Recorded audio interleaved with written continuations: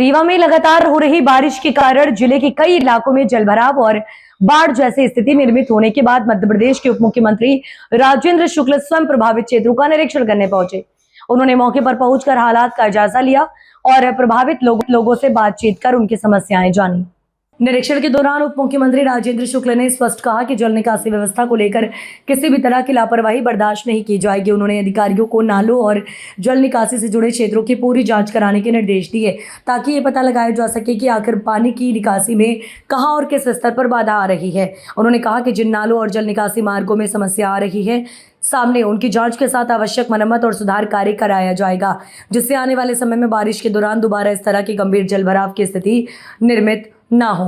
उप मुख्यमंत्री ने यह भी स्पष्ट किया कि यदि कहीं नालों या जल निकासी मार्गों पर अतिक्रमण के कारण पानी का बहाव बाधित हो रहा है तो उसकी भी जांच कराई जाएगी।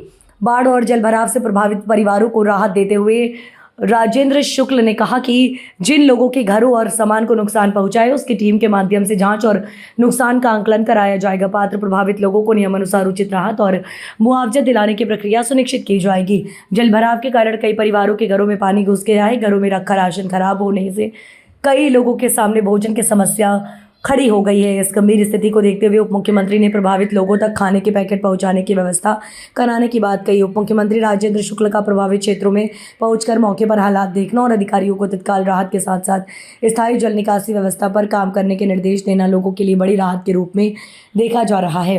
अब प्रशासन की चुनौती है कि राहत और बचाव कार्य के साथ साथ जल निकासी व्यवस्था की कमियां को चिन्हित कर उनका अस्थायी समाधान किया जाए ताकि रीवा में भारी बारिश के दौरान जलभराव की समस्या दोबारा विकराल रूप ना ले। रीवा से दीपक सिंह की खास रिपोर्ट। क्या करते हैं और कितने घंटे की बारिश में इस तरह की स्थिति हुई है? ये रात के करीबन 2 बजे से 4 बजे के बीच है। 2 मतलब 1:30 से मान के चलिए, 1:30 से 4 बजे बूढ़ा आ गया है। उसके पहले क्या स्थिति थी? नॉर्मल? पहले नॉर्मल था बिल्कुल। तो अब क्या चाहते हैं? काफी नुकसान भी हुआ है आपका, जैसे कि मेरा बहुत हुआ। 10 लाख की गाड़ी डूब गई, वो भी खराब हो गई। अभी 1 साल की गाड़ी है जो डूबी हुई है। पंच गाड़ी मेरी है और हो गया। और 2 मोटरसाइकिल नहीं थी। अच्छा। हीरो की। वो अभी इनसे वही चाबी लेके आए, बाहर खिंचवाया हूँ जी जी। और 6 किराएदारों की मोटरसाइकिल है खड़ी, वो सब अरे बाप रे सभी डूब गई। एक अभी तो स्कूटी देखिए डूबी हुई है। डूबी है, देखा हमने। और सामान तो सब चला गया है। सामान हमारे हैं, टीवी के अलावा सब कुछ डूब चुका है। तो राशन पानी इतना बचा है, बाकी सब डूब गया। देखिए ना, सब डूबा हुआ है। नीचे से उठारी पानी बह रहा है ना, ये सब पानी आ भर गया। क्या चाहते हैं अंकल? अब क्या उम्मीद करते हैं जिला प्रशासन से? क्या उम्मीद चाहते हैं? मंत्री जी तो हमारे हैं, अब यही है। अब बाढ़ में काफी लोगों की नुकसान हुई है। पूरे गुलामनगर डूबा हुआ है। इसी तरह हर घर की नुकसान हुई है। बिल्कुल बिल्कुल। हमारे तो खास तौर से गाड़ियों की ज्यादा नुकसान हुई है। इलेक्ट्रॉनिक सामान टोटल बिल्कुल सभी खराब हो गए हैं, कुछ भी नहीं बचा है। कूलर सब, फ्रिज, एसी और ओवन है। 2 सामान ऊपर रखवा दिए, सब पानी में पलट गए। तो सब बेकार है। ओवन है जी जी। ये सर आज लगातार 24 घंटे की बारिश में काफी जो है तो जल भराव की स्थिति निर्मित हो गई है और इसका निरीक्षण करने आप पहुंचे हैं। क्या कुछ निर्देश है लोगों को? क्या कुछ समस्याओं का समाधान होगा? गुलाम नगर में काफ़ी घरों में पानी भरा है और इसका कारण ये है कि जो फूलमती नाले के ऊपर में प्रॉपर ड्रेन प्राइवेट ज़मीन होने के कारण बनी नहीं और वहाँ पे घर भी बन गए हैं। तो अब ये स्थिति मैं देखने आया हूँ। इसकी ठोस कार्य योजना बनाएंगे उस तिराहे से जहाँ से एक शारदापुरम भी रोड जाती है, एक मेन हाईवे में आती है और एक रोड इधर कहाँ जाती है, किशोर न्यायालय।